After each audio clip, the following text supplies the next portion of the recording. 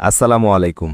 জানি আজ আপনি কতটা ক্লান্ত, কতটা পথ চেয়ে বসে আছেন শুধু একটা সংবাদের জন্য। পড়ার টেবিলের সেই স্তূপ করে রাখা বইগুলো আর ক্যালেন্ডারের পাতায় ঘেরা দিনগুলো যখন আপনাকে বারবার প্রশ্ন করে কবে শেষ হবে এই প্রতীক্ষা, সেই সব অগণিত স্বপ্নবাজ মানুষের জন্য আজ এক বুক আশা আর ভালোবাসার খবর নিয়ে এসেছি। আমাদের দীর্ঘদিনের অপেক্ষার অবসান ঘটিয়ে আসতে চলেছে ১৯তম শিক্ষক নিবন্ধন। আপনার শিক্ষক হওয়ার যে স্বপ্নটা হয়তো পরিবার বা সমাজের চাপে ম্লান হতে বসেছিল, সেই স্বপ্নটা ডানা মেলার সময় এসেছে। বেসরকারি শিক্ষা প্রতিষ্ঠানে শিক্ষক নিয়োগের ১৯তম বিজ্ঞপ্তি নিয়ে বড় সুখবর দিয়েছেন বেসরকারি শিক্ষক নিবন্ধন ও প্রত্যয়ন কর্তৃপক্ষ এনটিআরসি এর চেয়ারম্যান মোহাম্মদ আমিনুল ইসলাম। তিনি বলেছেন, আগামী ফেব্রুয়ারি মাসের মধ্যেই এ নিবন্ধন বিজ্ঞপ্তি প্রকাশের পরিকল্পনা করা হয়েছে। গত রবিবার ২৫শে জানুয়ারি দ্য ডেইলি ক্যাম্পাসের সাথে আলাপকালে এনটিআরসিএ চেয়ারম্যান বলেন, চলতি সপ্তাহের মধ্যে সপ্তম বিশেষ গণবিজ্ঞপ্তির সুপারিশ করা হবে। সুপারিশের পরপরই রেজিস্ট্রেশনের কার্যক্রম শুরু হবে। এজন্য ৭ দিন সময় পাবেন প্রতিষ্ঠান প্রধানরা। রেজিস্ট্রেশনের কার্যক্রম শেষ হওয়ার অনলাইনে শূন্য পদের তথ্য সংগ্রহের কার্যক্রম শুরু হবে। শূন্য পদের তথ্য সংগ্রহের জন্য ৭ দিনের সময় দেওয়া হবে জানিয়ে মোহাম্মদ আমিনুল ইসলাম বলেন, রিকুইজিশন শেষ হওয়ার পর শূন্য পদের তথ্য যাচাই বাছাই করে ১৯তম নিবন্ধনের বিজ্ঞপ্তি প্রকাশ করা হবে। আশা করছি ফেব্রুয়ারির মধ্যেই এই বিজ্ঞপ্তি প্রকাশ করতে পারব। এদিকে বেসরকারি শিক্ষা প্রতিষ্ঠানে শিক্ষক নিবন্ধন বিধিমালায় কাম্য শিক্ষাগত যোগ্যতায় আমূল পরিবর্তন আনা হয়েছে। ৪০টি বিষয়ের মধ্যে শিক্ষাগত যোগ্যতার সমতা করায় নিবন্ধনধারীদের চাকরি পাওয়ার সম্ভাবনা বেড়েছে। আসন্ন ১৯তম শিক্ষক নিবন্ধন থেকে এটি কার্যকর করা হবে বলে জানা গেছে। নতুন নিয়োগ পদ্ধতিতে যেসব পরিবর্তন আসছে।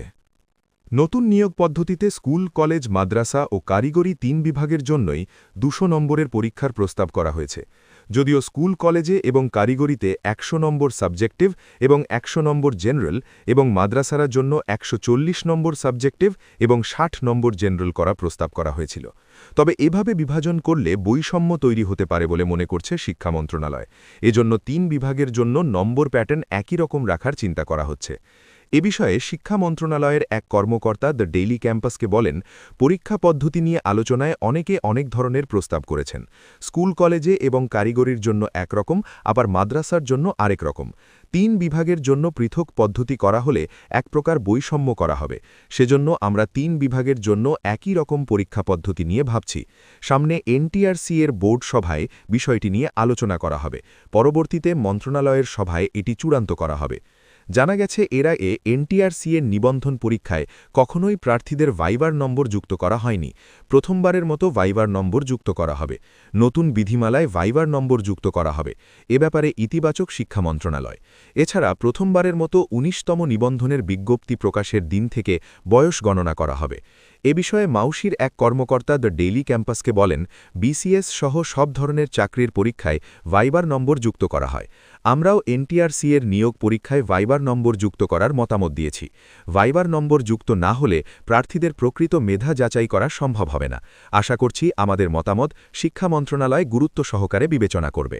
সবশেষে শুধু একটা কথাই বলবো, সুযোগ বারবার আসে না, আর সুযোগ যখন আসে তাকে কাজে লাগাতে হয় সঠিক প্রস্তুতির মাধ্যমে। ১৯তম শিক্ষক নিবন্ধনের এই লড়াইয়ে আপনি একা নন, আমি আছি আপনার পাশে। আজকের এই ভিডিওটি যদি আপনার মনে সামান্য আশার আলো জ্বালিয়ে থাকে, তবে অনুরোধ করব ভিডিওটিতে একটি লাইক দিতে এবং আপনার মনের কথাটি কমেন্ট করে জানাতে। আপনার একটি শেয়ার হয়তো আপনার মতোই কোনো এক দুশ্চিন্তাগ্রস্ত বন্ধুর অনেক বড় উপকার করতে পারে। আর নিয়মিত সব আপডেট এবং সঠিক দিক নির্দেশনা পেতে আমাদের ফেসবুক পেজটি ফলো করুন এবং ইউটিউব চ্যানেলটি সাবস্ক্রাইব করে বেল আইকনটি বাজিয়ে রাখুন, যেন পরবর্তী কোনো গুরুত্বপূর্ণ আপডেট আপনার মিস না হয়। আপনার কঠোর পরিশ্রম, ধৈর্য আর আপনার বাবা মায়ের স্বপ্ন যেন এবার সত্যিই সার্থক হয়। মহান আল্লাহ আপনার মনের নেক আশা পূরণ করুন এবং আপনাকে একজন আদর্শ শিক্ষক হিসেবে প্রতিষ্ঠিত হওয়ার তৌফিক দান করুন। দোয়া রইল সবার জন্য। আজ এখানেই বিদায় নিচ্ছি। আল্লাহ হাফেজ।